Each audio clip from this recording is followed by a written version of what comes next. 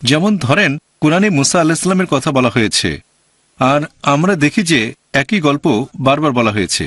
এখন এর পিছনে কারণটা কি হতে পারে আপনার মতে? বারবার কেন? হ্যাঁ, কেন বারবার বলা হচ্ছে? এখানে আমাদের পথ নির্দেশনা দেওয়া হচ্ছে মানলাম, কিন্তু একই জিনিস কেন বারবার বলা হচ্ছে? এই ভাই প্রশ্ন করলেন কেন পবিত্র কোরআনে কিছু গল্প বারবার উপস্থাপন করা হয়েছে, কিছু কিছু কাহিনী 2 বার 3 বার 4 বার, কোনোটা 5 বারও।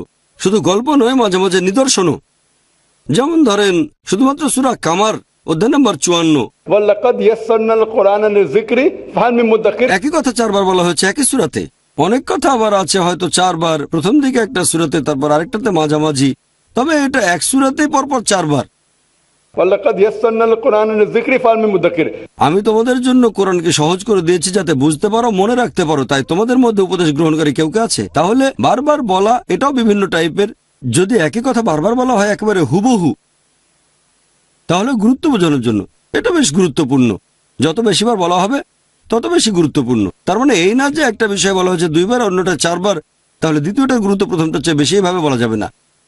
হয়তো আল্লাহ জানেন এই আয়াতটা মানুষ সহজে ভুলে যেতে পারে, কিছু আয়াত মাত্র একবার বললেও ভুলবে না, সেজন্য আল্লাহ সেগুলো বারবার বলেননি।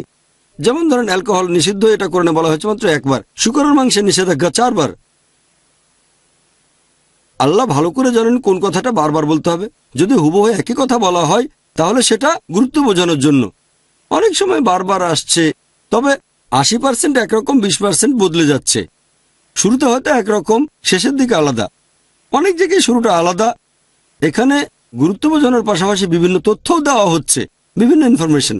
অনেক সময় গল্প বলা হয়েছে আদম আলাইহিস সালামের আর ইবলিসের, এটা কোরআনে আছে মোট 7 বার। প্রত্যেকবার নতুন কিছু তথ্য এসেছে, তবে মূল ঘটনা একই রয়েছে। এখানে আল্লাহ সুবহানাহু ওয়া তাআলা গল্পটাতে একটা নতুন মাত্রা যোগ করেছেন, নতুন তথ্য জানাচ্ছেন, তারপর গুরুত্ব বোঝাচ্ছেন। বারবার বলা হয়েছে গুরুত্ব বোঝাতে, এভাবে আল্লাহ নতুন মাত্রা যোগ করেছেন। যদি হুবহু একই কথা হয় সেটা গুরুত্ব বোঝাতে।